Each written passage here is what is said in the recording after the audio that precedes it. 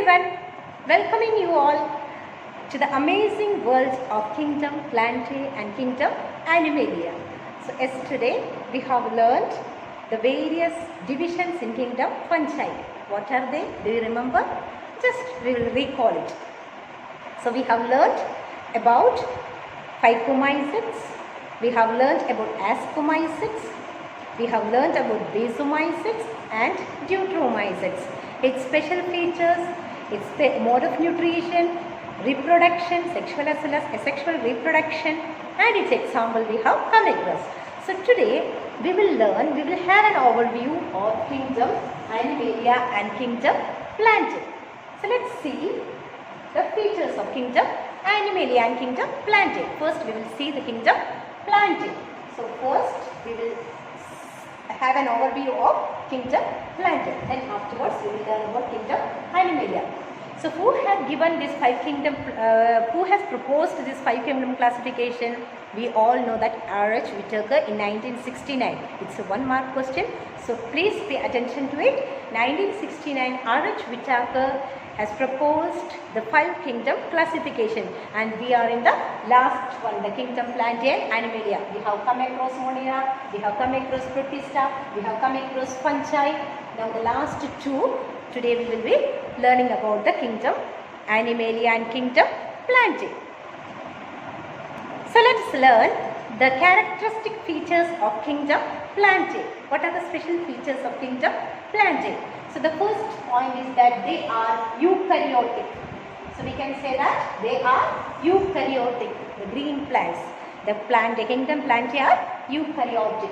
The scientific study of plant is termed as botany.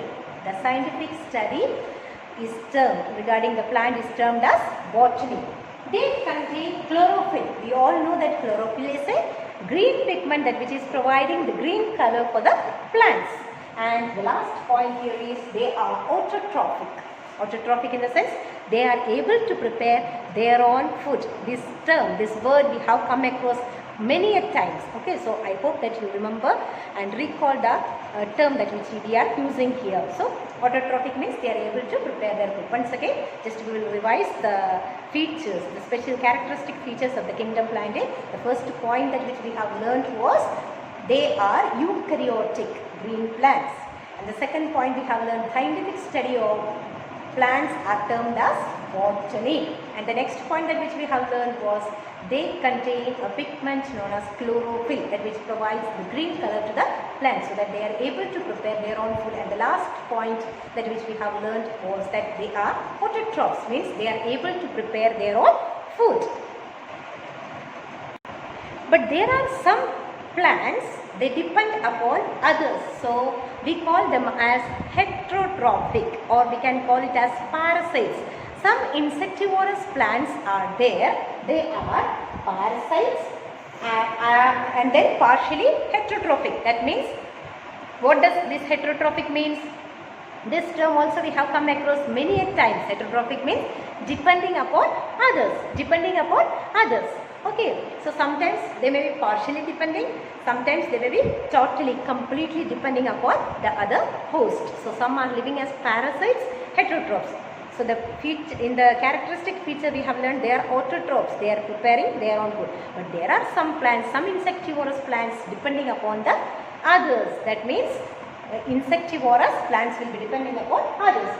So here there are few insects that which is depending upon the other. So let's see here the first one, the examples of the insectivorous plant. First is we call Venus flytrap. Venus flytrap. And the second one is pitcher plant. And the third one is sundew. And the fourth one is bladderwort. These are the insectivorous plants. We can say they are heterotrophs depending upon others for the food. So how do Venus flytrap capture their prey? How do they capture their prey? They will be using their snap trap to capture the prey. They will be using their snap trap to capture their prey. You can see here the snap traps. And how do the pitcher plant capture the prey? They will be using their flight traps. They will be using their pitfall traps to capture the prey. And the sundew plants, how do they capture the insects?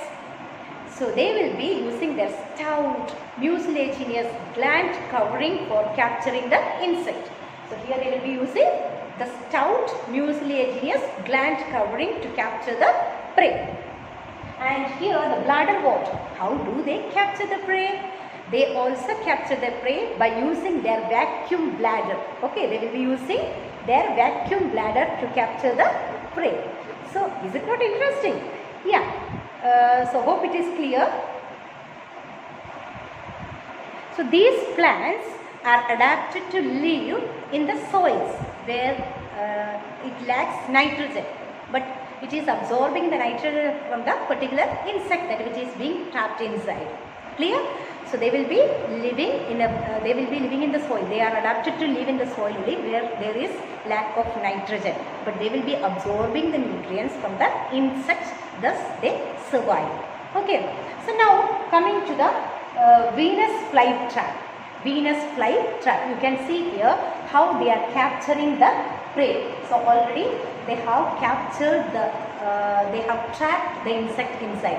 Once this insect is being trapped inside, what happens to this plant, this Venus flytrap?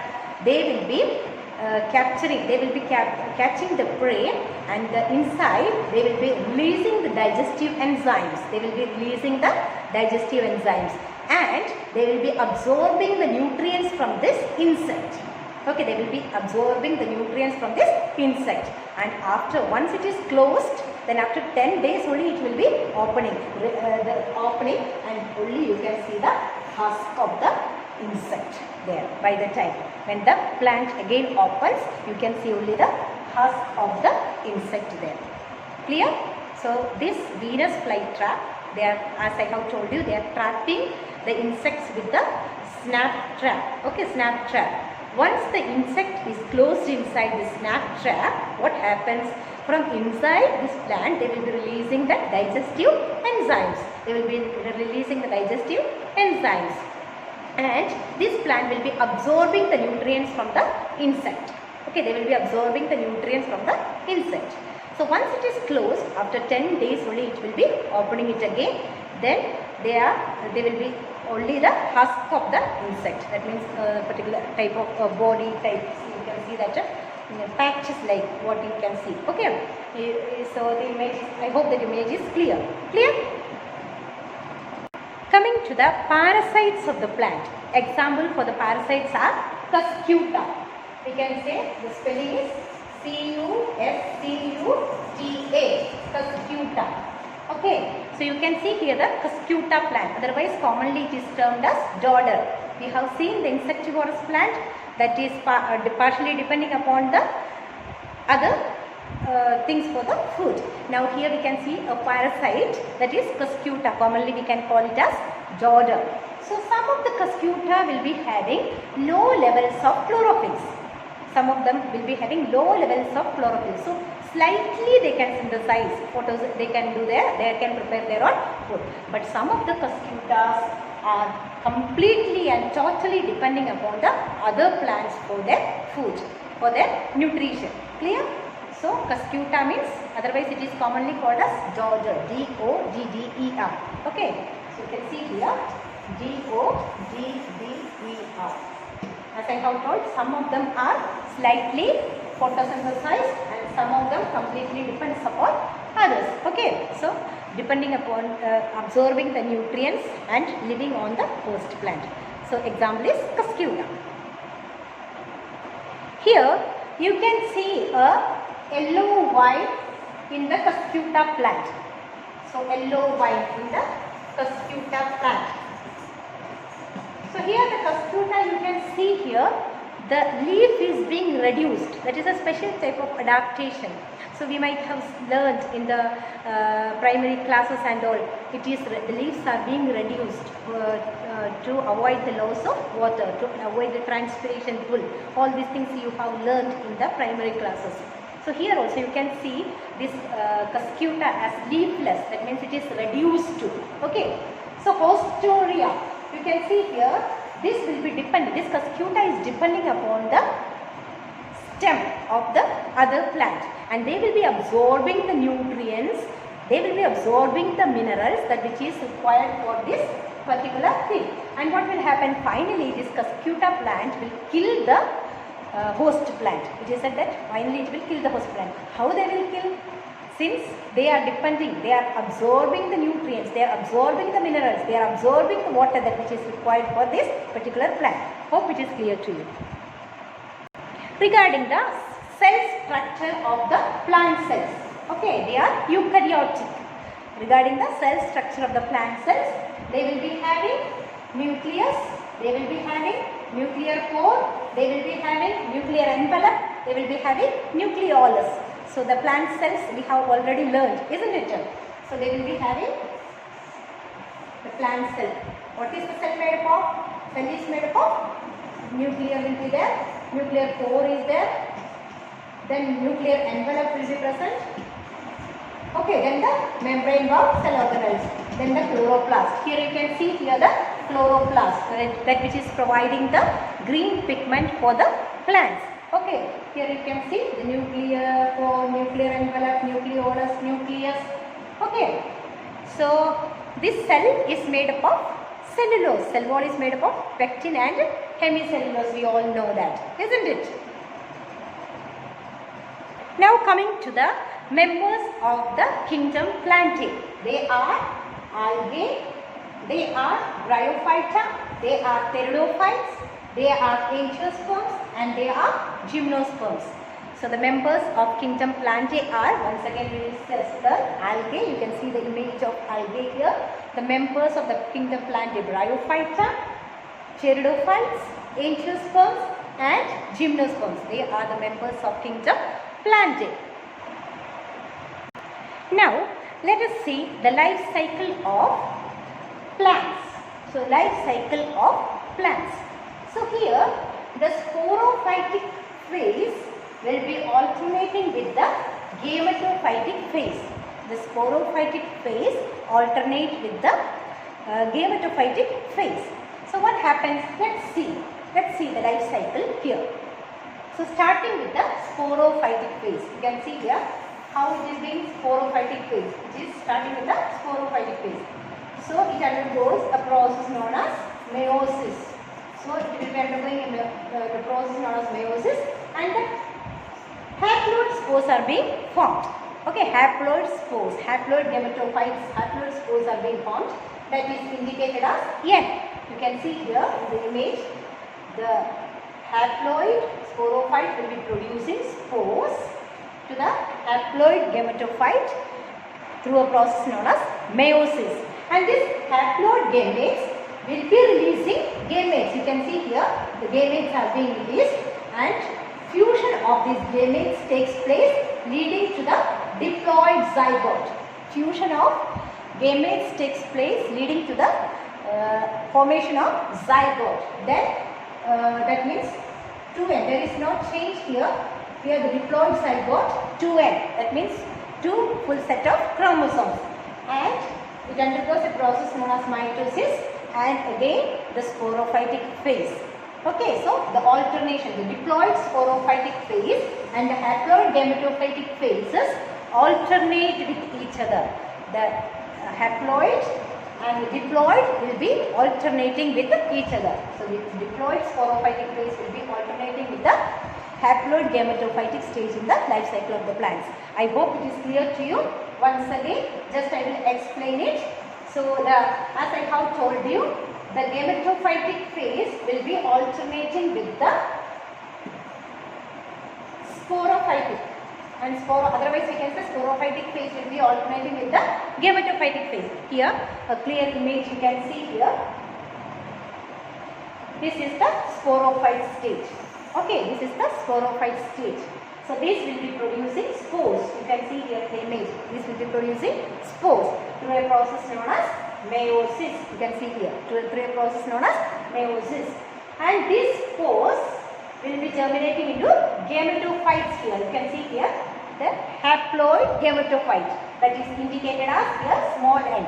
Otherwise we can say half the number of chromosomes. Half the number of chromosomes. That means it is represented as n. And this haploid gametophytes will be releasing the gametes here. Will be releasing the gametes here. And here the fusion of the gametes takes place, leading to the formation of zygote. Fusion of the gametes will be taking place, leading to the formation of zygote. Again, the sporophytic phase, the diploid zygote is being formed. It is represented as 2N. It is represented as 2N, diploid zygote. Okay, again the gametophytic phase and the sporophytic phase. This will be alternating with each other. That's about the life cycle of plants. Now let's see the alternation of generation in fern. Okay, you can learn in Onoclea sensibilis. Alternation of generation in a fern plant. Example, Onoclea sensibilis. So here what happens? The diploid sporophytes are arranged in the form of beads. Okay, the diploid sporophyte here arranged in the bead-like structures. You can see here in the image, bead-like structures. They will be bearing group of sporangia. They will be bearing groups of sporangia. And each haploid spores will be giving rise to a young sporophyte. Young sporophyte. And this young sporophyte will be going to the haploid stage gametophyte, and thus the alternation of cycle continues. I hope it is clear to you. Once again, I will tell you the example, the life cycle of fern. Example here is Onoclea sensibilis. This Onoclea sensibilis, diploid sporophyte, will be forming a bead-like structure, and it bears a group of sporangia. Here you can see here, and each haploid spores will be giving rise to a thallus-like structure. You can see here in this way, thallus-like structure. Okay, so this will be germinating into a haploid gametophyte, and thus the alternation of cycle continues. So that's all about kingdom Plantae. Now let's move to the kingdom Animalia. Now let's discuss about kingdom Animalia. So kingdom Animalia, the characteristic features of kingdom Animalia. They are multicellular eukaryotic organisms. They are multicellular. Multicellular we have learnt, many cells. Unicellular means single cell. Multicellular means many cells. Okay, examples also we have learnt. The human being are also multicellular. So scientific study of animals are termed as zoology. Scientific study of the animals are termed as zoology. And here the peculiarity, the important feature of the kingdom Animalia are the cell walls are absent. The cell walls are absent. Another important special characteristic features are they are heterotrophic. That means they will be depending upon others. So in case of plants we have learned that they are autotrophic, and in case of animals they are heterotrophic. Hope it is clear to you. So regarding the mode of nutrition. So regarding the mode of nutrition, we can say that ingestion of food. That means the internal processing. The internal processing. So we will come to the mode of nutrition. We have come to the mode of nutrition, ingestion of food, that is internal processing of it. There are several modes of nutrition. Let's see what are they. So they are mode of nutrition holozoic. So what are they? They are ingestion, they are digestion, they are absorption, they are assimilation, and they are egestion. So ingestion, several modes of nutrition are there I have told.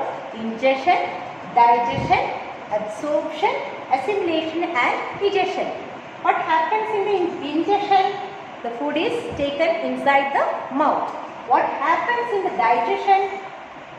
So the simpler the food molecules are being broken down. The organic molecules forming into the simpler forms. Okay, food is being broken down into the simpler forms. Here in the absorption what happens?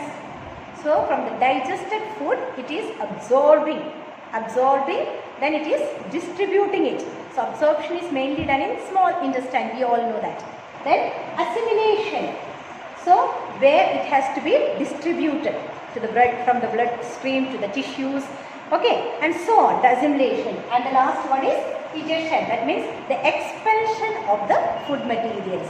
So in the mode of nutrition we have ingestion, the food is taken into the mouth, digestion. That means the digested food are being broken into similar molecules. Then we have here absorption.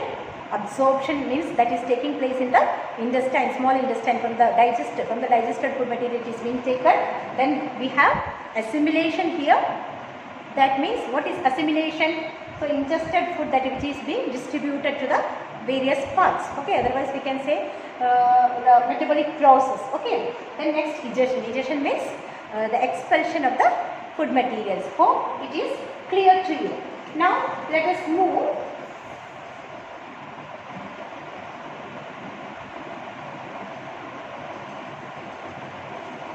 towards. They follow a definite growth pattern. So they will be following a definite growth pattern. So from the adult, from the childhood, see, they will be following a definite growth pattern. They will be having different shapes, different sizes in different ages. Okay, so you can see here in the image that they form different shapes, different patterns, different sizes in according to their ages. Then higher forms show elaborate sensory and neuromotor mechanism.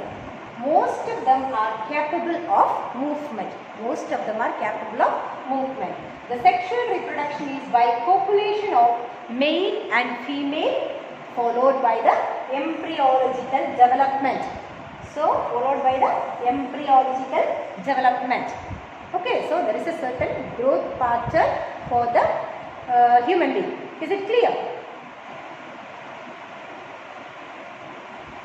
So that's all for the regarding the kingdom Animalia. So we have discussed, just we will recall the points at which we have learned special features of kingdom Plantae, kingdom Animalia. Then we have here the kingdom Plantae and kingdom Animalia, the special features of kingdom Plantae and Animalia, and examples we have come across. Then we have learnt about the different features, different examples, the mode of nutrition we have come across. So hope everything is clear to you. Please learn, children, go through your NCERT textbook, have lots of fun, learn this amazing world of classification of kingdom Plantae and kingdom Fungi. So in the next class we will see viruses, viroids, lichens, etc. Till that, goodbye. Thank you.